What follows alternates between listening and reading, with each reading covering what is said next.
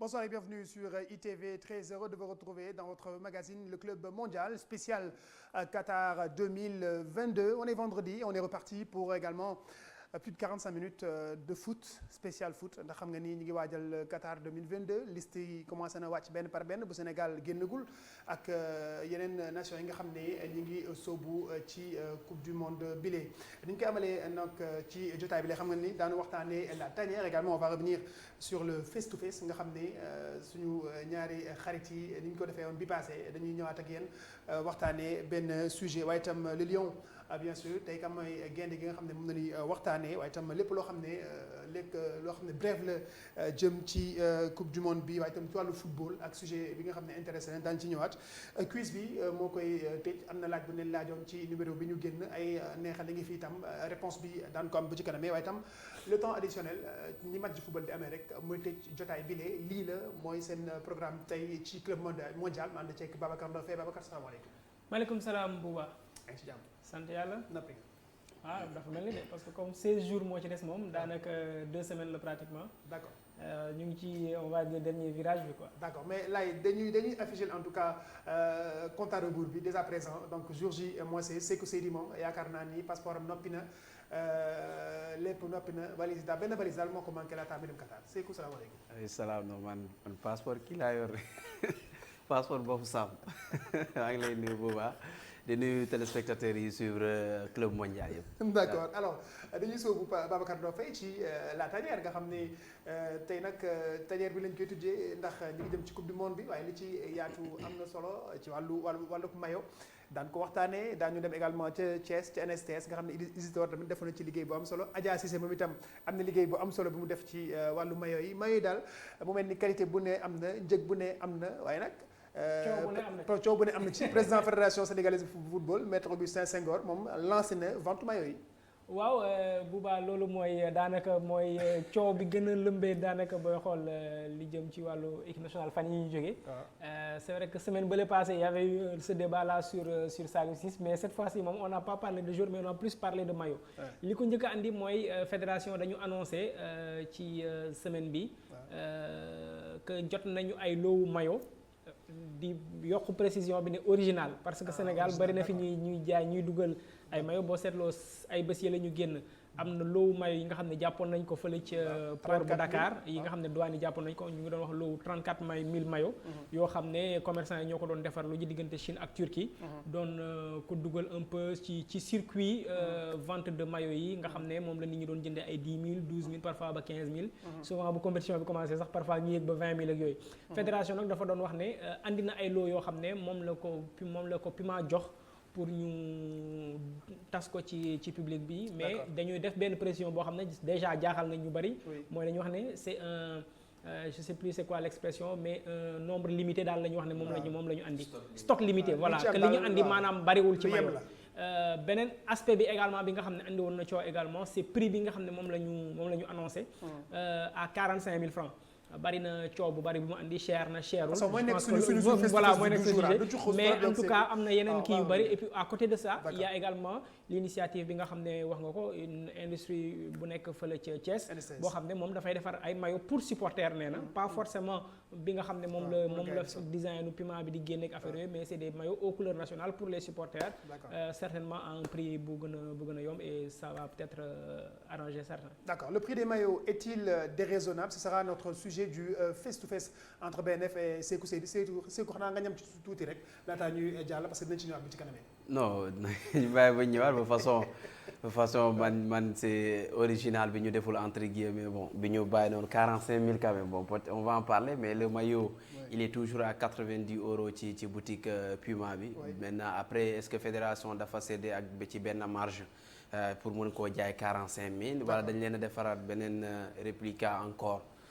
Et ça m'étonnerait parce que y a aucune marque comme Puma bi nga xamante ne day veiller trop à son image à sa légitimité nangu def un faux parce que sénégalais justement loolu mooy seen lu ñu bëgg mooy Puma defar un faux vraiment faux buy jar 10 000 francs pour muñ leen koo jaayee ça bu ci kanamee mais justement ak fii réew mi toll 45 000 francs ou pas en tout cas le président de la fédération sénégalaise de football maître Augustin Senghor moom lancé na vente maillot yi itam jënd na ci ñu dem xool extrait bi ñëwaat. mbokki Sénégal man Augustin Senghor président fédération sénégalaise de football maa leen di nuyu di leen sant di leen won yoon bi mooy lan mooy ne tey jënd naa ci fédération sénégalaise de football ay jeux yi maillot les maillots originaux mu am étoile boo xam ne étoile bi tam d'origine la ci suñu équipementier bi la jógee maillot yi muy bu domicile bi comme bu extérieur bi domicile bi mooy bu weex bi extérieur bi mooy bu vert bi ñoom yëpp jënd naa ko pour man ak sama njaboot samay xarit ci lim bu xaw a takku maanaam tallu na si 10 lépp pour gën a mën a jàppale li nga xam ne moom la ñu bokk muy lan suñu gaynde yi équipe nationale du Sénégal mais aussi football sénégalais soxla na ko te dañu ne tey man ko wuti ndam li biñ ko waxee commencé si kilifay dëkk bi ba ci suuf ñëpp a jàpp ci gis nañu njëriñ li nañ ci continuer te defe naa jënd maillot original bi fële ca fédération mooy rek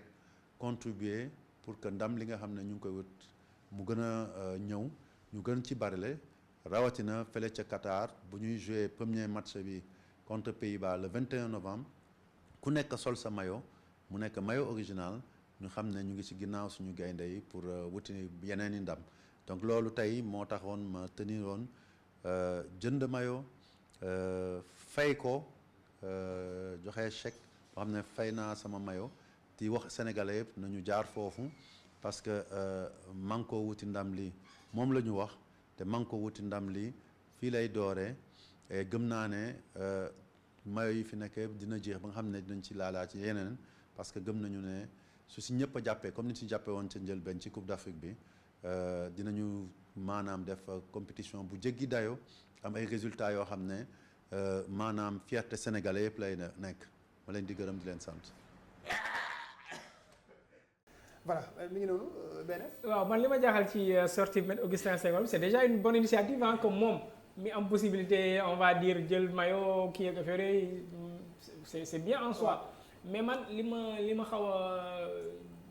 gêné un peu dans la communication. Ouais. C'est que souvent dañuy def erreur ci yenn éléments yi et c'est souvent très important. Quand tu annonces quelques jours avant que le stock est limité. Ouais. Et que quelques jours après le président de la fédération bi nga xam ne am na accès aux fédération dem mën a jënd une dizaine de maillots je pense la wax donc déjà mi ngi gën a wàññi le stock là donc en termes de cohérence de communication ça pose un souci en fait c'est très bien hein moom mu jël initiative bu jënd et je pense que pour man c'est l'un des combats boo xam ne yàgg naa ko wax les responsables ñi nekk fédération ñi nekk ci gouvernement ak affaire yooyu dañu war a éviter la politique de la gratuité c'est-à-dire ñoom même fii dañ ko doon wax souvent match Sénégal bu amee les ministres les députés les trucs sur la base de leur entre-gens ak de leur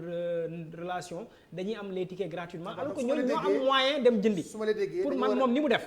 c'est bien moom la ministre yi war a def moom la député yi war a def moom la chef d'entreprise yi war a def maa ngi ñaan DG mu jënd ay loo mayo pour ñun également mais moom la ñu bëri war a def également je suis d'accord mais je dis juste que dafa xaw a am incohérence dans la forme de la communication quand tu annonces quelques jours plus tôt que le stock est limité ça suppose que bon 10 millions de Sénégalais ñi si intéressé wu en tout cas daw si leen gaaw ñëw may yi fi nekk bariwul mais que le président de la fédération moom ci boppam qu'il annonce à côté que jënd na un lot d'une dizaine de maillots également c'est moo tax ma ne c'est des détails yoo xam ne ci communication mën nañu ko gën a kii et également niñ ko scénariser c'est-à-dire ni muy wone maillots yi mu jënd c'est bien et tout mais pour man mën nañ ko gën a yaa ngi ci volet wu marketing yaa ngi ci volet wu kii mën nga ko gën a taaral mën nga ko au lieu nga utiliser on va dire caméra amateur juste pour annoncer que tu as fait le truc mën nañ ko def de sorte que mais image bi day propre mu gën a professionnel moom buy dem di jëndi mu circuit bi muy dem jëndee est-ce que dafay dem rang wala je sais pas mais parce que même façon bi ñuy jaayee aussi war nañ ko xoolaat pour man Sénégal war na weesu foo xam ne nit ki day ñëw ba fédération pour jënd benn maillot wala pour jënd truc war na am d'autres formes soit ñu xool ndax dañuy ubbi une boutique en ligne fédération un de leurs partenaires moom mooy principal société de télécommunication du Sénégal am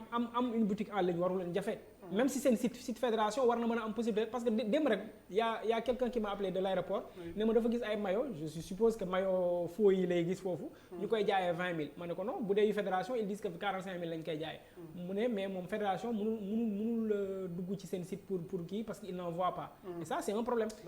Autre chose également mooy ni ñuy def ba mu am peut-être je sais pas xaw ma ban loo même si c'est un stock limité war nañ fexe également que mu am une certaine démocratisation mu law c'est-à-dire si tu as 100 000 maillots par exemple je dis n'importe quoi mais si tu as 100 000 maillots war na mën a am un lot qui est à Dakar mais war na mën a am un lot qui est dans comme fekkee amoo une boutique physique y a la diaspora ça c'est moins compliqué ñoom ils vont aller directement acheter ci site Puma mais ni mën a demee jënd ci site Puma noonu la war a mën a amee facilité mu jënd ci site kii bi il faut faciliter un peu le parcours du client pour yombalal ko yenn aspect et quand tu travailles sur ça ça va être plus facile pour nga accepter loo ko parfois après difficulté bi ci prix bi parce que mënoo prix bi mu jàpp ne dafa cher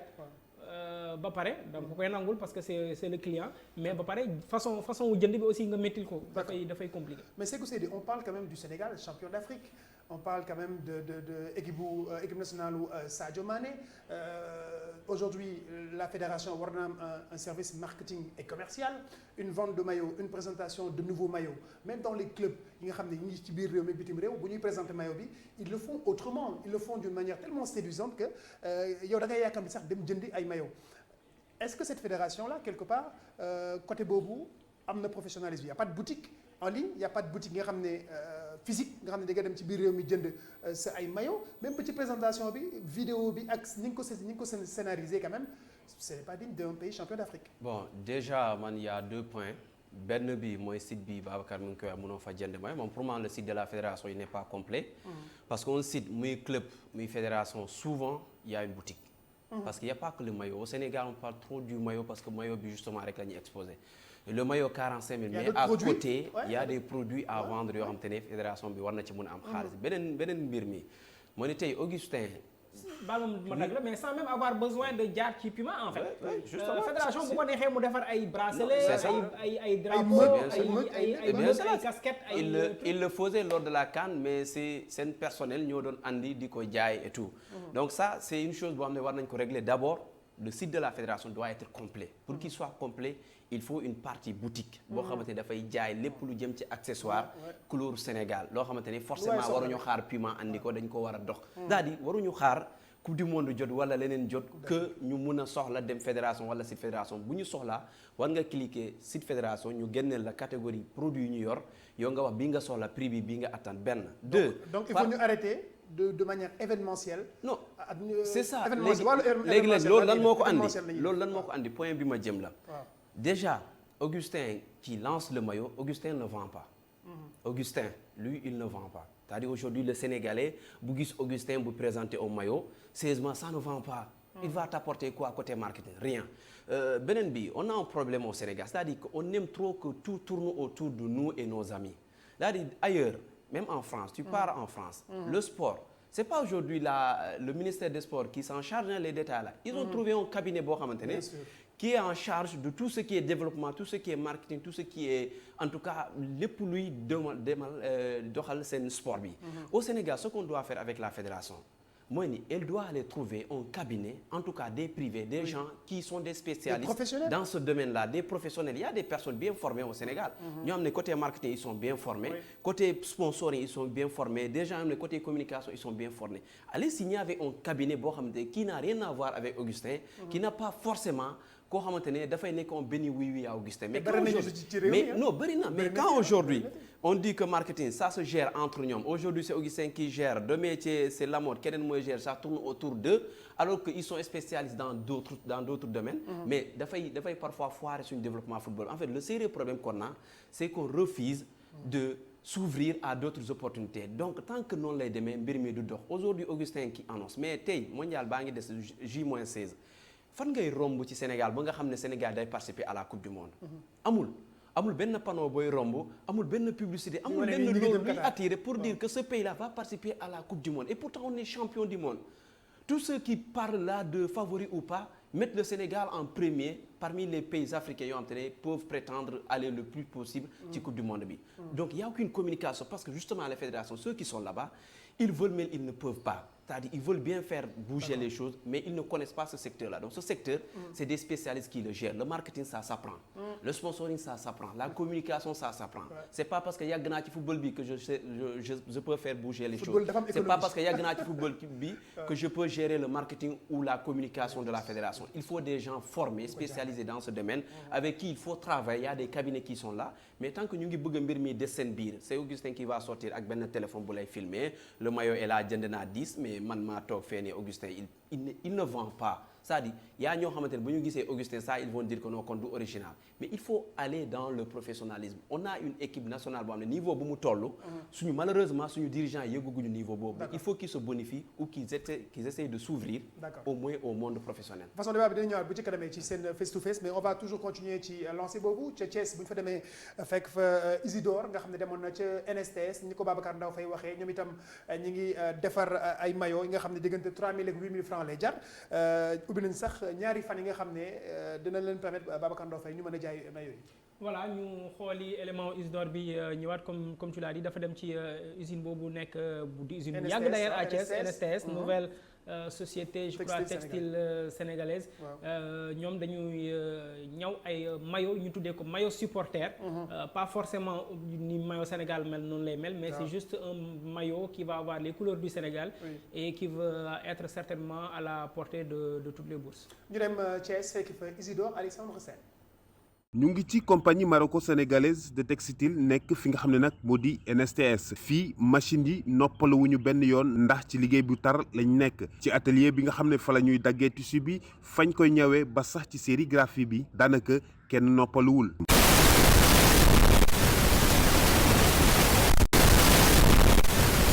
fii ñaari xeetu maillot ngir supporter équipe nationale bu Sénégal la ñuy defar am na pour mag am na pour xale. La Coupe du Monde, c'est un événement planétaire. C'est un événement qui a un impact économique considérable dans le monde. Il ne faut pas seulement voir les billets qui sont vendus au niveau du stade, mais il faut voir tout ce qui tourne autour. Tous les articles fabriqués en termes de publicité, tous les gadgets qui sont produits. Donc il y a une demande mondiale de produits qui accompagnent la Coupe du Monde. C'est dans ce cadre-là que nous avons décidé de nous lancer dans cette bataille pour prendre notre part. Il y a des maillots pour adultes et pour enfants. Mais des maillots supporters. J'insiste bien, c'est un maillot qui a été conçu et fabriqué dans nos usines pour les supporters des Lions du Sénégal. Donc nous avons commencé depuis la semaine dernière à fabriquer et nous avons déjà un bon stock pour démarrer. Le prix qu'on a proposé de 6 000 francs non floqués et 8 000 francs floqués, je pense que c'est à la portée des Sénégalais. Pour les enfants, sont à 3 500. Nous en avons tenu compte. Adultes et enfants. bi ñu tàmbalee liggéey bi yàggut waaye nag li nga xam ne moo di commande yi daanaka fu ne lay jóge ba sax ci bitim réew. Déjà, on a lancé il y a 2 jours. Nous avons des réactions de l'étranger même, de Marseille, de la France, un peu partout, des États-Unis. Les gens sont intéressés par nos maillots. Bon. J'avoue qu'on a fait un maillot de bonne qualité parce que nous sommes des tisseurs, donc nous savons apprécier la qualité d'un tissu. Et nous avons acheté un très beau tissu. Le fournisseur nous a envoyé son catalogue de tissus maillots et nous avons choisi le meilleur. Nous avons choisi le meilleur tissu. Bien sûr que ce tissu n'est pas bon marché, ce n'est pas le tissu de contrefaçon qu'on trouve sur le marché de Dakar. Directeur général bu NSTS di ñëwaat ci naka la ñuy jaayee les maillots. Nous avons donc 2 variantes, un maillot blanc et un maillot vert. À la vente, on a prévu plusieurs formules. Il y a une vente à la boutique, d'ailleurs, je vous annonce, je vous donne l'exclusivité. On va organiser des journées dédiées aux lions. Et les journées des Lions du Sénégal pour le samedi 5, là, le samedi et le dimanche. On l'appelle Journée des Lions. C'est à la boutique. Et les gens vont profiter des prix de lancement. On a décidé, on a mis les moyens, on a investi sur une nouvelle machine, on a acheté une machine très innovante dans la sérigraphie. On a modernisé nos équipements. Et voilà, on est totalement autonome pour sortir un maillot 100% fabriqués chez nous. lu ëpp fukki junni mayo jot nañ ko defar ci diir bu gàtt bi nga xam ne de moom la ñu tàmbalee liggéey bi te moom directeur général bi njortu na ne li nga xam ne sénégalais yi sax dinañ ko soxla ci mayo ñoom boo sàgganul rek duñ ko mën a defar lépp mu ngay dépendre ci la nga xam ne de moom la Sadio Mané ak ñu mu àndal di def fa nga xam ne moo di réewum Qatar. Tout dépendra des succès de l'équipe nationale. Il est évident que si l'équipe nationale va jusqu'en demi-finale, voire finale, on ne pourra pas suivre la demande. Depuis la semaine dernière, nous sommes en train de monter un effectif pour pouvoir faire face à la demande. Voilà, jërëjëf Alexandre Sène ca Thiès Sékou Seydi yaakaar naa ni pour tëj volet bi également dañuy ànd ak Adja Cissé moom itam demoon na def beneen reportage am sax ku mu dajeel ci wàllu maillot yi ba tey. waaw benn tailleur la xam nga Sénégal am na tailleur yoo xam ne ñu ngi defar ba tey les maillots de 2002 là pour dire que les gens ils sont nostalgiques. boo xoolee même coupe d'Afrique bi ñu génn bokkoon na ci yi ñu doon gën a jënd. donc moo tax mu dem seeti kenn koo xamante ne ci lay ñaw tout di ko jaay même si à un moment donné amoon nañu problème parce que y a eu la fédération qui avait interdit la vente avec douane bi ñu liggéeyee et tout mais après léegi mbir mi ils ont trouvé un compromis pour ñu jaay ko tax na mi ngi commercialiser il fait de son mieux pour que nit ñi mun cee jot à des prix vraiment abordables quoi. Adja Cissé pour la petite histoire maillot 2002 yi xaw ma ndax seetlu ngeen ko. mais dafa jékki-jékki waat rek. si façade mais je pense que li ko andi su ma juumu la ça peut être une mauvaise chute mais Abdou Diallo. avant CAN bi il avait fait je crois benn interview sol ko et comme c'est un maillot qui nous rappelle de très bons souvenirs. nit ñi dafa ñëwaat ci xel yi après il y a des commerçants yoo xam ne ils ont eu le flair dem reconfectionner waat ko ak mais vraiment le très bon design le coq sportif et tout je me souviens que d'ailleurs justement bi ñuy dem Bafoussam man amoon naa ci benn bu vert et pour la petite histoire dañu ñëw séance d'entraînement Aliou Cissé gis maillot bi di tëb dal na ma yow nag yaa sol maillot bu baax bi parce que justement ça lui rappelle un peu ce souvenir là El Hadj Diouf également qui disait également la même chose en disant que voilà bon maillot bi ngi nii mais en tout cas jig nañu ci coupe du monde ni ko nit ñi génne waatoon noonu après bon cette fois-ci beneen maillot génn na bu Puma on verra ce que ça va donner. en attendant ñu ànd ak Adja Cissé mu dem xoolal ñoom itam tailleur boobu ak tolluwaayu maillot yi ñu koy ñëwee.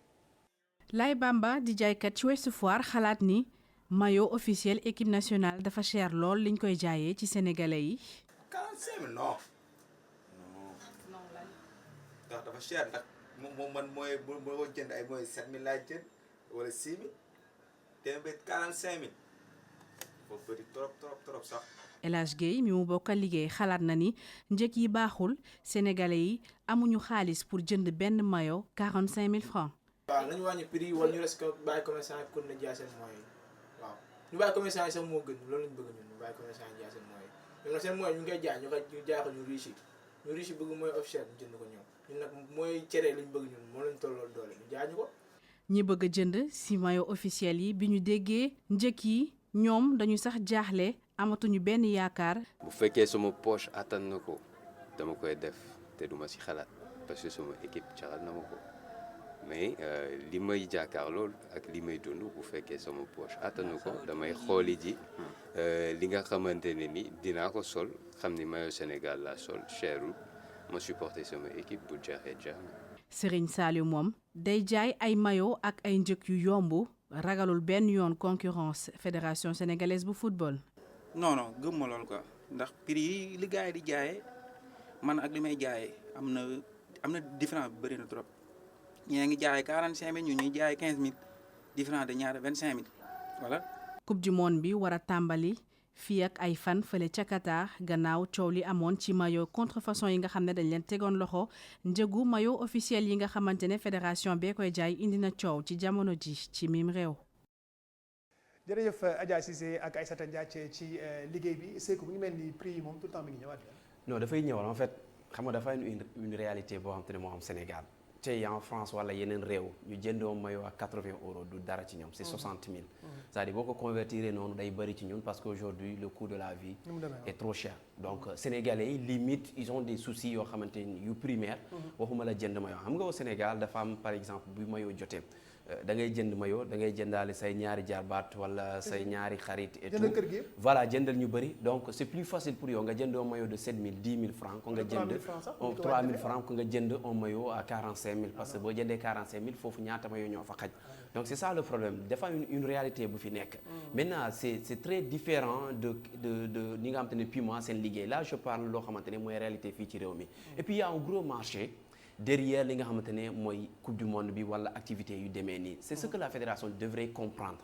muy créer vraiment benn industrie quand je parle d'industrie mooy ñu am benn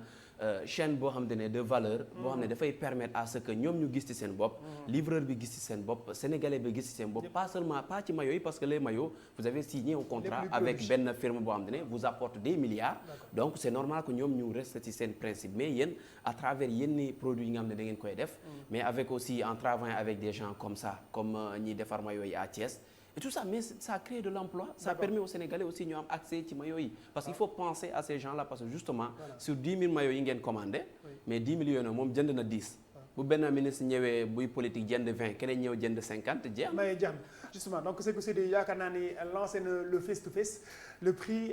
des maillots est-il déraisonnable ndax njëgu maillots yi jaadu na am déet laay yóbbu ma ca face to face ba Babacar Ndofay yow laay njëkk a jox kàddu ndax dafa déraisonnable je ne pense pas je conçois que cher na pour une bonne partie de la population loolu xel mën na ko nangu maintenant loolu li koy andi également mooy on a deux types de public par rapport au football on a le public qui est très averti ñoo xam ne c'est des gens qui vivent le football au quotidien mu kaan bañ a am mondial bañ a am c'est des gens qui suivent xam nañ un peu la réalité par rapport au marché international c'est des gens yoo xam ne c'est comme des gens qui sont mordus de iPhone peut-être tu vas dire iPhone bu day bees génn jar 800 000 wala 900 000 nga gis koo xam ne salaire am matul 300 000 mu am ko loolu moo gën a déraisonnable encore te pourtant les gens ils le font après pour man c'est une question également de passion parce que maillot c'est pas que le t-shirt qui est là que tu portes pour sol ko parce que c'est aux couleurs nationales c'est que dafay englober toute une culture d'ailleurs c'est justement là que devient important lan moo tax maillot 2002 bi garder un peu toujours ce truc là ci bopp nit ñi parce que dañ ko associer à la réussite de 2002 c'est pas forcément que dafa gën a rafet que maillot yi Sénégal mos a am de toute l'histoire mais peut-être que rafet na mais je pense que c'est plus historique que joli la preuve maillot yi ñu sol ci CAN bi passé yu vert yi mais bi maillot yi di doog a génn ñu bëri nañu wax ne maillot Puma yi dafa ñaaw et cetera mais bi ñu demee ba gagné ci finale mais le lendemain tu vois que dëkk bi yëpp dañ ko commencé dem jëndee ak affaire yooyu donc c'est pour dire que en fait souvent il y a toute une histoire boo xam ne day tax dañ koy associer ak maillot et histoire boobu tamit il faut savoir la vendre maillot yi Puma moom xaalis bi il faut gars yi xam un peu mécanisme bi comment ça marche Puma moom xaalis parce que Puma dafay fay xaalis Sénégal pour sponsoriser ko pour ñu sol un peu leur marque marché Sénégal c'est tellement minime quand tu compares à d'autres marchés comme le Nigeria que Sénégal pratiquement Puma du fi am dara à part visibilité ak le fait que c'est la sélection numéro 1 qui est qualifiée en Coupe du Monde etc mais en termes de vente ni merchandising Puma du ci am dara donc Puma moom le truc après si Sénégal amay boutique ci boutique bi bien sûr loo si jaay di nga ci am un peu une certaine part mais en réalité le prix là pour man c'est un prix qui est même relativement faible par rapport au prix d'un maillot normal dans le monde man nekk naa étudiant honnêtement je le confie nekk naa étudiant di jënd maillot à 80 te maillot club la woon di ko jënd à 90 euros à 100 euros affaire mais parce que j'étais dans la passion loolu xëy na léegi nii je suis moins enclin à le faire parce que il y a beaucoup de choses qui évoluent mais c'est une question de passion c'est pas forcément une question de moyens di génne xaalis maintenant nu ñu koy waxee le pouvoir d'achat du Sénégalais étant ce qu'il est bien sûr il y a une autre partie du public qui est un peu plus orientée Coupe du Monde parce que Sénégal la pas forcément parce que football et qui veulent avoir ces maillots ñooñu ils ont deux alternatives soit dem jëndi on va dire li ñu woowee les maillots faux parce que mi ngi ci marché bi mënoo ko bañ. maillot peut-être 3 millions ngi fi sax. mi ngi ci marché bi. ou bien dem jënd comme li kii def li NSTS di def. voilà comme tu dis mooy maillot supporters yi les maillots avec les couleurs ak affaire yooyu. maintenant il y a un autre levier qui est là. qui peut être potentiellement appliqué par la fédération ou l'État on va dire c'est de subventionner mais loolu ça va coûter encore cher c'est de dire bon on va subventionner ba prix bi gën a wàcc et je me demande même est-ce que c'est pas déjà le cas parce que un maillot de 60 000 environ bu jaree 45 000 ça veut dire qu'il y a à peu près 10 000 à 15 000 yoo xam ne xëy na am na kenn ku ko supporter quelque part mais honnêtement je trouve que le prix n'est pas déraisonnable mais mën naa comprendre que mu cher il y a un pays par exemple le Cameroun qui a trouvé une alternative en ayant des maillots de différents types c'est-à-dire ils ont un maillot fan beaucoup moins cher et de moindre qualité par rapport ak le truc ils ont un maillot standard un peu plus cher et un maillot bi nga xam ne moom mooy ce qu'on appelle la version player wala authentique yaa ngi ñëw Sékou yaa ngi dans le foot quoi. Oui, c'est un équipementier. Enfin, c'est un équipementier qui était généralement dans d'autres sports, on all sports. Ouais. Mais même chez les équipementiers là, il y en a qui proposent ce type de truc là. Maintenant, il faut voir est-ce que le marché en tant que tel existe au Sénégal et ça c'est la grande question parce que tamit coow li mu ngi bari mais nit ñi dañuy jënd gis nga maillot yi ñuy woowee faux yi dañ koy jënd te bu compétition bi commencé maillot yi parfois dafay yéeg ba ay 25 000 te honnêtement ku mën a jënd maillot 25 000 ñu ne la faux la bu original bi mënee jar 45 000 pour man ça peut se. D'accord en tout cas laay moom jënd na 5 maillots yu 45 000 xam naa ne sama bos may xaar ci ginnaaw Sékou foo toll yow ci affaire yi ndax njëg bi jaadu na am déet maillot Sénégal yi. xam nga muy wax léegi maillot faux 25 000 xam nga ñun dañoo yàgg a gëmloo ni le maillot de 10 000 la original xam nga. jaaykat yi loolu la ñuy gëmloo naa la player. xaw nañ niroo. player la gars yi tuddee de player. dañuy ñëw laal ko nii naan la ni yàlla bu mu am ay tëpp. dinaa la noo player la. da nga koy bëtt rek non c'est-à-dire dañoo tàmm faux ba bu ñu gisee original pour ñun dafa war a am. faux bu ñu doon ori. waaw ori lañ lay wax wala bii oji la. tu vois donc en fait pouvoir d'achat Sénégal bi la mais tu sais Puma moom du sóoraale pouvoir d'achat Sénégal. Ce ne sont pas nos potes. C'est des gens yoo xam ne dañuy liggéey xaalis ils ont signé avec d'autres pays ay réew yu bëri la ñuy liggéeyandoon donc ils ont leur stratégie bu ñuy liggéey Puma aujourd'hui a plus intérêt à protéger son image que defal loo xam te ne moo neex Sénégalais parce que le marché du Sénégal c'est quoi 16 millions de Sénégalais bu ñu defoon le maillot à 20 000 ça c'est sûr que 2 millions de Sénégalais duñ ko jëndee à 20 000 ils vont dire que 10 000 parce que c'est la réalité qui est là amuñu moyen yooyu noonu man mi wax ak yow damay dem laal benn bu 10 000 francs su ma amee saa bu 7 500 jël ci benn tu comprends ça c'est une réalité mais il faut pas aussi ñu fàtte ki nga xamante ne mooy suñu équipementier lui il nous a versé de l'argent parce que moom mooy ñëw vers nous xam nga Sénégalais dañu naan noonu nañu bàyyi Puma dem ci keneen non c'est pas aussi facile que ça ñun fayuñu Puma moo ñuy fay xaalis defal ñu ay équipement ñu am ay contrat boo xamante ne c'est écrit noir sur blanc nii ak nii la ñuy doxalee ñoom ñu defar seen maillot di ko jaay seen boutique à 90 €. muy 60 000 francs CFA. bu fédération andee di ko jaay 45 000 c'est sûr que la fédération a cédé à une marge.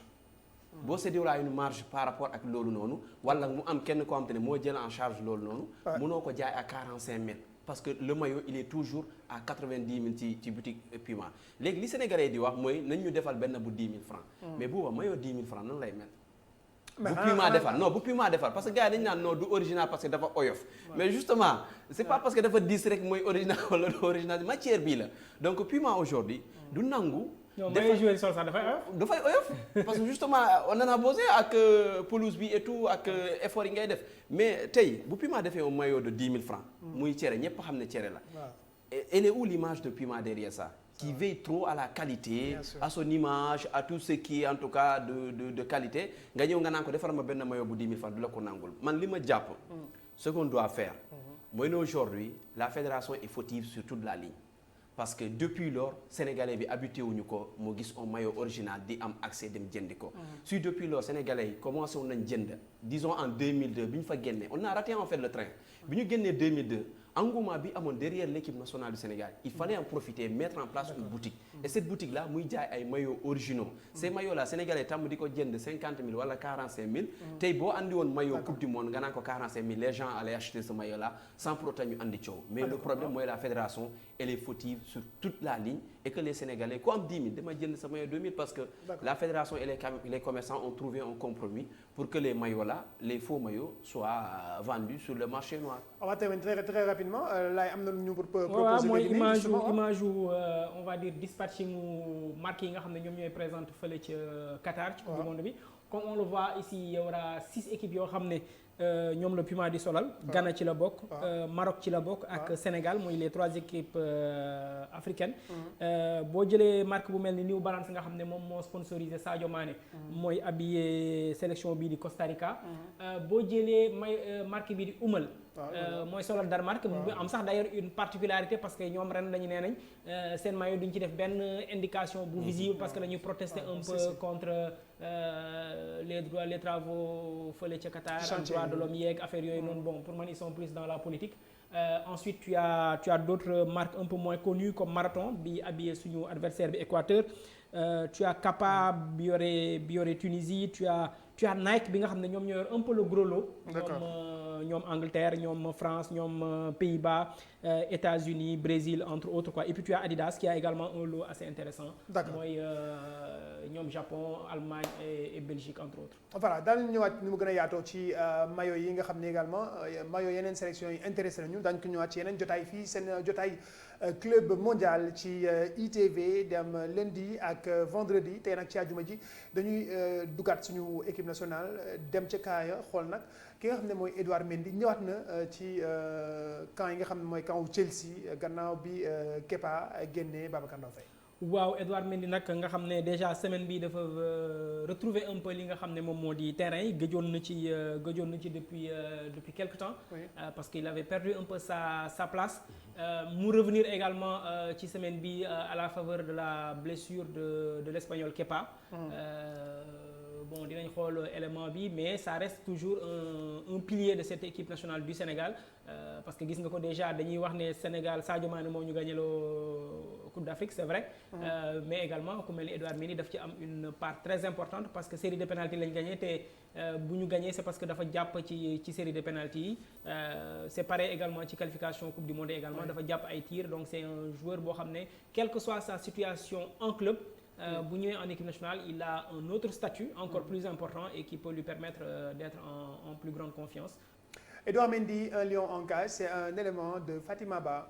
Tel un phénix, il sait renaître de ses cendres. Tel un chat, il a plusieurs vies sur le banc lors de la précédente édition de la Coupe du Monde parce qu'il venait tout juste de rejoindre la sélection du Sénégal. Edouard Mendy sera au Qatar dans la peau d'un titulaire inamovible. Même si sa situation récente à Chelsea FC n'est pas très reluisante depuis quelque temps, entre méformes et blessures, Mendy n'a aucune crainte à se faire en sélection où il fait partie des leaders du vestiaire et sur le terrain après avoir connu un parcours pour le moins complexe. Arrivé en sélection en fin 2018, il manque le mondial de la même année. L'année suivante, il débute la CAN avant de se blesser au doigt à quelques minutes d'un match, ce qui le privera de la suite de la compétition perdue en finale face à l'Algérie. 2 ans plus tard, il réalise une saison exceptionnelle avec Chelsea et finit enfin par la consécration à la CAN. Mais c'est toujours en restant les 2 premiers matchs à cause du Covid pour finir par décrocher le Graal en réussissant à stopper 2 pénaltys dans les tirs au but. Un exercice où il n'est pas spécialement performant en club. C'est aussi ça, Edouard Mendy, un gardien plein de paradoxes. Arrivé à Chelsea sur la pointe des pieds pour déboulonner Kepa un mois plus tard, avant de truster les sommets en 2021 pour terminer l'année sur une méforme qui finit par remettre Kepa en lice. La Coupe du Monde devrait lui servir de tremplin pour reprendre la main, lui qui a souvent l'habitude de renaître de ses cendres, tel un phénix. Voilà Sékou mi ngi noonu Fatima Ba ñëwaat na ci Edouard Mendy nga xam ne soxloon nañ ko quand même mu ñëwaat ci camp yi parce que nag mondial bi soreetu. oui bon après dafa tombé woon ci moment boo xamante ne c'était évident que mu toog ci banc bi parce que dafa génnoon ci ay match yoo xamante ne baaxul. xam nga boo tàmbalee ñi lu excellent. boo defee lu xaw a kii rek dafay indi un peu day wàññi un peu sa légitimité ci poste bi ñu la doon teg. Maintenant période boobu noonu mu tombé ak fenêtre bi mu jóge ci blessure. Bon le nouveau coach est arrivé il en a profité pour lancer Kepa parce que Kepa Arrizabalaga il faut pas qu'on oublie également c'est pas un mauvais gardien. non c'est quelqu'un koo xamante ne il y a quelques années ñu ngi doon wax ne c'est le successeur bu De Gea. ñu doon naan ni Casillas autant pour moi voilà ñu doon wax ni c'est le successeur de Casillas donc bu demee ba am situation bi c'est parce que il s'est passé ce qui s'est passé dafa nekkoon ci méforme et puis comportement yi nga xamante ne da ko doon am mu tombé ak Edouard Mendy am nag ñëw nag nekk ci benn lancé boo xam te ne moom la nekkoon donc loolu moo ko baare parce que Kepa étant même le Real Madrid était sur lui tous les grands clubs étaient sur lui donc bi ñu koy jël ils ont mis beaucoup d'argent Chelsea pour jël ko donc Edouard Mendy on sait tous que c'est un excellent portier. Maintenant boo amee ci difficulté yi nii boo lancé un gardien muy def ay match am tu n'as aucun intérêt nga changer ko parce que c'est un poste boo xam te ne xaw a sensible la si le portier bi nga teg le titulaire il est dans ses matchs il assure li nga soxla mi ngi koy def il enseigne d'ailleurs il a enchaîné quelques clean sheets je pense que 3 à 4 clean sheets laata muy blessé donc c'est quelqu'un koo xamante ne da nga koy bàyyi ci lancé bi nga xam ne moom la nekk donc Edouard Mendy may nañ ko moom itam pas may tombé na ak Kepa blessé il est revenu bon il n'a qu'à continuer moom itam ci lancé bu mu nekkoon et c'est sûr que s'il fait de bons matchs il n'est pas blessé je vois pas ban intérêt la Potter am pour tegaat ko ci bon. d'accord ñu jàll nag ci brève yi Cheikh Diop dina ñëw ak yéen ci lépp luy xibaar waaye itam ñëw également ci retraite bu Gérard Piqué bu FC Barcelone nga xam ne suba ci samedi ji Barcelone dafay dalal Almeria ci lay tàggatoo ak supporteru Barcelone yi moom Gérard Piqué dañuy xool li Cheikh Diop jëlee ci loolu bu ñu ñëwee waxtaanee ko laata ñuy tëj seen jotaay bi di Club Mondial ci ITV. Ils sont au nombre de 6 les internationaux sénégalais présents à 8e de finale de la Ligue européenne des champions. Mais si certains ont grandement contribué à la qualification de leur équipe, d'autres l'ont moins fait à l'instar de Pape Matar Sarr qui n'a disputé aucune minute de son équipe lors de ces phases de groupe, même s'il peut se vanter d'être sur la liste de Tottenham, contrairement à son binôme Cheikh Ahmadou Bamba Dieng. Lui est bien présent sur la liste et a même participé à tous les matchs du Bayern cette saison en Ligue des Champions avec même 3 réalisations. Sadio Mané retrouve des couleurs en Bavière avec un carton plein de 6 sur 6 qui figure comme souvent parmi les prétendants au sacre final. Une finale qu'espère disputer Bouna Sarr éloigné des terrains depuis le mois de septembre et qui reviendra après la Coupe du Monde. Des fortunes diverses pour les joueurs de Chelsea. Relégué sur le banc depuis l'arrivée de Graham Potter à la tête des Blues, Edouard Mendy a pu profiter de la blessure de Kepa Arrizabalaga pour reprendre sa place dans les cages londoniennes lors de la dernière journée face aux Autrichiens de Salzbourg. C'est également aux côtés de son compatriote Kalidou Koulibaly qui revenait de blessure. Avec Chelsea, il termine premier du groupe E devant le Milan AC de Fodé Ballo-Touré. D'ailleurs, l'arrière-gauche des Lions a pris part à 4 des 6 matchs de poule dont une seule titularisation. Et enfin, Abdoul Diallo qui a eu l'honneur d'infliger la première défaite de la saison au champion d'Europe le Real Madrid. Avec RB Leipzig, Diallo a joué les 5 matchs de poule de son équipe, dont les 2 comme titulaires. Ces Lions connaîtront leurs adversaires ce lundi 7 novembre et la suite des compétitions européennes est prévue après la Coupe du Monde. voilà mi ngi noonu mais nag Babacar Ndao Faye brève yi ni ma ko waxee sànq gannaaw Cheikh Diop dëxañ nañ ci itam li nga xam ne mooy Gérard Piqué mi nga xam ne bu subaa incha allah lay bàyyi football. waaw Gérard Piqué nag dafa def benn annonce bu xaw a bett ñu bari. contre toute attente vraiment la ko def démb bu annoncé ne dafay bàyyi football définitivement pas seulement équipe nationale parce que semaine passée ñu ngi ci doon waxtaan. en début de semaine plutôt lundi. sa présence ci liste présélection bi surtout qu'il était pas dans la meilleure forme de sa vie. affaire bi andi coow mu jël tout le monde à contre-pied génn def benn sortie ne match bi muy joué suba ci samedi bi mooy doon le dernier match de sa carrière. C'est vrai que sur la fin de sa carrière il est un peu chahuté parce que il n'est pas dans la meilleure forme on va dire mais ça a été un joueur qui a eu une immense carrière bokk ci le meilleur Barça de l'histoire gagné plusieurs Ligues des Champions bokk ci également la meilleure sélection espagnole de l'histoire gagné Coupe du Monde gagné Euro il y a également le début de sa carrière bi mu joué Manchester qui n'était pas trop ça mais bi mu ñëwaatee il était une fois lancé et en tout cas sur la période bi nga xam ne ci la joué il a été à un moment donné un des meilleurs défenseurs du monde et il a été également le mari de la star Shakira. waaw Shakira nga xam ne moom rek la bëgg ci ay woyam ak léppam. beneen aspect bi également toujours ci brève yi il y a le Japon qui a sorti sa liste. ñoom ñeneen club yi yeneen sélection yi ñu ngi ci ay présélection ak ay 35 ak 55 Japon seen liste 26 tout simplement la ñu génnee ñu gis ci ay joueurs yu mel ni Miki Yamane y a également Takumi Minamino bi nekkoon Liverpool dem fële ca Liverpool dem fële ca AS Monaco y a également ku mel ni Daichi Kamada mi ngi ci liste bi Yuto Nagatomo bi nekkoon Galatasaray nekkoon Marseille également mi ngi ci liste bi et puis il y a un peu ki nga xam ne moom moo di Takuma Asano bi nga xam ne xam ngeen ko kii di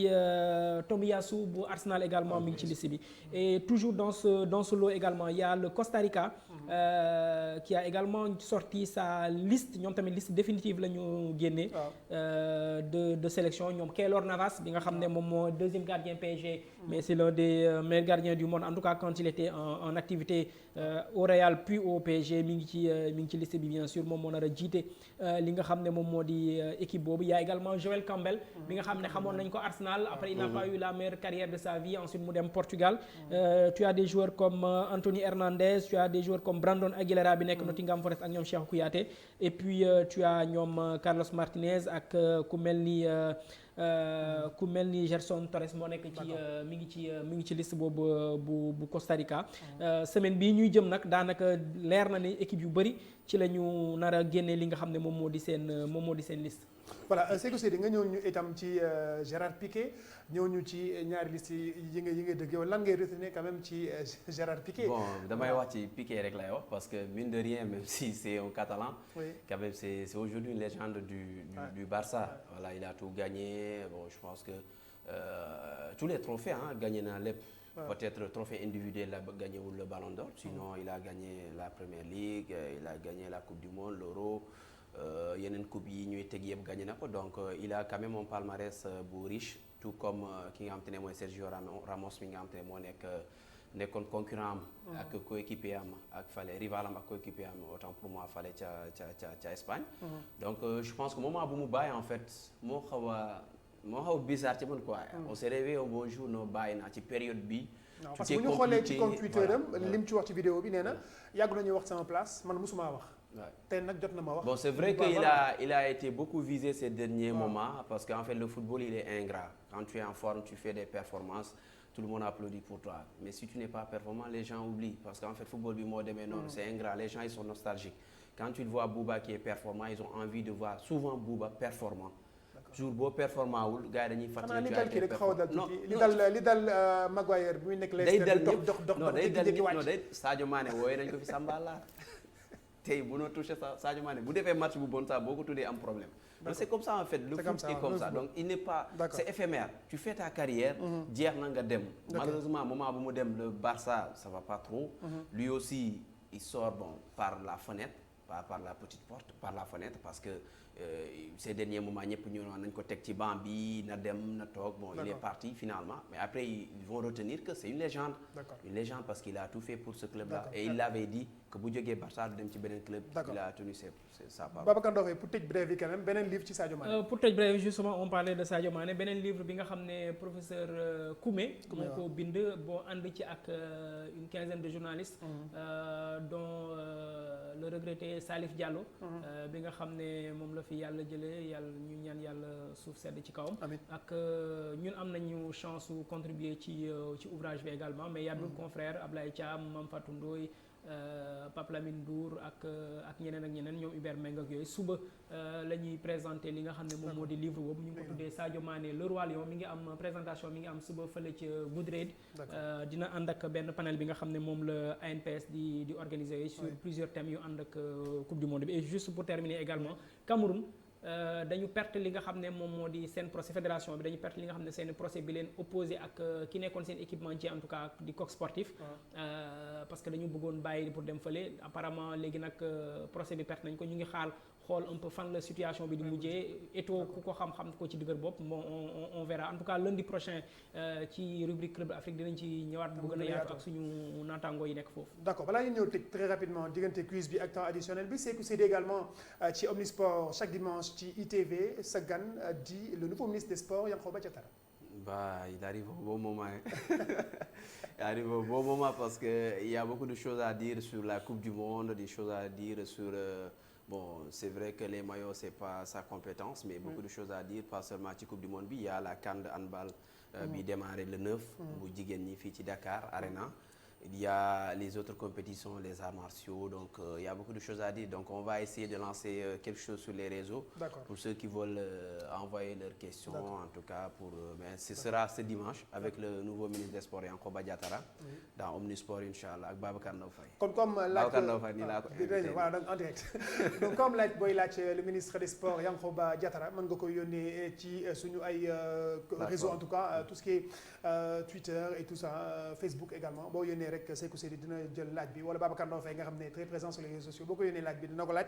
le nouveau ministre des Sports Yankhoba Diattara. Babacar, quiz bi question bi yaa ko laajte woon. Quiz bi moom lañ leen laajoon keroog déjà c'est quoi la réponse dañ leen laajoon ñaata joueurs sénégalais ñoo joué ak Ribéry bi nga xam ne bàyyi na football léegi. c'est quoi am na réponse bi waxal. lan mooy réponse. non dañoo bëri man aw ma réponse il a joué. non tu as le choix 12 10 15. en nombre bi waaw. non sérieusement je sais pas man quelques-uns laa ci xam. waaw choisis un des 4. je prends 10. am nga fi maye 45 000 boo ko waxee. yow nga ne ñaata am nga maye 45 000. yow nga ne ñaata. Youssou am sama maye ah. nga ne ñaata déjà c'est quoi la réponse. 12 ma 12. non 17. Ils sont 17 ñi mu joué ak Marseille. Tu as Habib Beye les plus connus Habib Beye, Mamadou Niang, Sylvain Ndiaye, Rahman Bari. Tu as les moins connus Mame Mbengue Ndiaye, Jim Ngom, Pape Moustapha Diop qui était un peu plus dans. Il n'a pas joué avec Leyti. Si moom la les moins connus Pape Moustapha Diop, Leyti Ndiaye, Ansou Camara ak Pape Daouda Mbow. Et puis tu as lors de son passage au Bayern Munich Saër Sène, fils de Omar Gueye Sène. Et puis tu vas au FC Metz, il y a Dino Djiba, Nicolas Ndione, Momar Ndiaye, Babacar Gueye, Daniel Bokandé. Et à Salernitana fi nga xam ne fa la bàyyee carrière am Boulaye Dia le tout dernier. ci quiz bi kenn moo ko gagné après plusieurs tentatives c'est notre très cher Ndaxte Diop. amel nañ ko fi benn maillot. waaw Ndaxte façon bi football di commencer il était là. moom c'est l'ancien quoi il a gagné après plusieurs tentatives. maillot Sénégal. Ah bien sûr maillot Sénégal. bu 45 000. waaw wala bu Cameroun rek. de joxe bu 45 000 nag. wala ci kër gi di joxe bu 3 000. joxe bu 45 000. non da nga koy jox player. kon kay jeex na ñu tëj ak temps additionnel bi tey temps additionnel bi Babacar. temps additionnel bi mu ngi ñu yóbbu fële ca Angleterre ak Jürgen Klopp l'ancien entraîneur de comment ça s'appelle Sadio Mané à Liverpool et qui est toujours entraîneur de Liverpool d'ailleurs qui s'est prononcé un peu ci li nga xam ne moom moo di polémique bi entouré. Choix wu Qatar ci Coupe du Monde bi on demande surtout les médias européens ils demandent beaucoup de pression aux joueurs il faut s'exprimer sur la question sur les droits de l'homme etc. Lui il leur dit tout simplement yéen génération de joueurs bi ngeen di waxal bi ñuy choisir Qatar pour mu dalal Coupe du Monde bi ñu bëri ci ñi nii ils n'étaient même pas encore footballeurs wala ils n'étaient pas encore professionnels. C'est une décision boo xam ne ñoom dañ ko kii pourquoi ñu bëgg ko ñu bëgg leen ko sëf comme bëgg leen ko imposer une réaction. C'est une décision qui est là depuis plusieurs années qui a été choisie depuis longtemps. Polémique bi amul ba li nga xam ne des années plus tard parce que Qatar jox nañ ko Coupe du Monde bi depuis 2010 je pense 2012. D'accord. Et donc aujourd'hui desul lu dul jouer d'ailleurs le président de la Fédération internationale de football Gianni Infantino barki démb envoyé na une lettre à toutes les fédérations pour leur dire maintenant let's start the game. Football. Voilà le football bi tàmbali. D'accord man tamit sama temps additionnel en tout cas mooy la vidéo dernière annonce sur le Sénégal man moo doon sama temps additionnel xaw ma nag mais bon. waaw mais na leen wan ñaari vidéo yëpp. après jox ñu Jürgen Klopp ak Erling Haaland bi nga xam ne wax na yaakaar gi mu am ci Sénégal ak fi mu teg équipe nationale bu Sénégal mooy suñu temps additionnel dañ koy xool ñëwaat. It's not about this generation's players to say now that we don't go or we don't do that. These are the players. The tournament is in Qatar and the players go there and play the game. The decision was made by other people, and if you want to criticize anybody, then criticize the people who made the decision, not the sport, not the competition, and for sure not the players. So, and now it's not fair as well that we expect from them that they go there and make big political statements or whatever. I think Senegal will do really well. They are a strong team, and they have so many strong players, you know. So I think Senegal will do the best out of those. Thank you so much. Thank you so much. Pleasure. voilà mi ngi noonu temps additionnel yaa ngi noonu ñaar yaa ngi noonu donc Babacar c'est bon. non c'est bon di leen gërëm di gërëm rek sama sponsor parce que man ak Sadio Mané ñoo bokk sponsor léegi New Balance. sponsor di gërëm Mapate Diop bi nga xam ne moom ma ko yónnee depuis lors nag ma koy sol rek bañ koo wax ne moom ma ko moom ma koy non yéen gérer leen seen bopp xaw ma ndax am ngeen sponsor am déet di xarit bu baax ci man mooy borom Business Maps moom moo fi andi toutes les marques boo leen soxla et généralement il gère ça à partir de ces des grandes boutiques yu mel ni Macy's ci États-Unis ak yooyu. Babacar yaa ngi soog a nekk animateur rek jàngat naa ne dóor moom ñun ñoo kii sama xarit benn bakkan la yaa ngi dóor laay boo paree yow tam mën ngaa dóor jël micro bi dóor. doon nuy say géer maa ngi lay jaajëfal di jaajëfal ñu suivre yëpp di leen jox dig daje dimanche ak le tout nouveau ministre des sports dans Omnisport ñu waxtaanee lu yaatu am na lu bari lu ñuy waxtaanee lu weesu mondial yi parce que instant bi nit ñi mondial bi rek la ñuy gis mais bu jàllee à la fenêtre bu basket y a la CAN buy démarrer le 9 arts martiaux ñu ngi jooy voilà athlétisme également et tout ça c'est des questions yoo xam ne war nañ ko mën a waxtaan y a également la réforme du sport ak code sport bi ñuy annoncé boobu ba tey tout ça c'est des questions yoo xam ne dañ ko aborder incha allah. voilà li moo nekkoon seen jotaay club mondial ci ITV lundi ak vendredi. donc New Balance yi jël ko balaa mu koy balancer donc mi ngi noonu on se retrouve lundi prochain pour un nouveau numéro merci de nous rester fidèles et n'oubliez pas que le foot ne s'arrête jamais sur ITV ciao.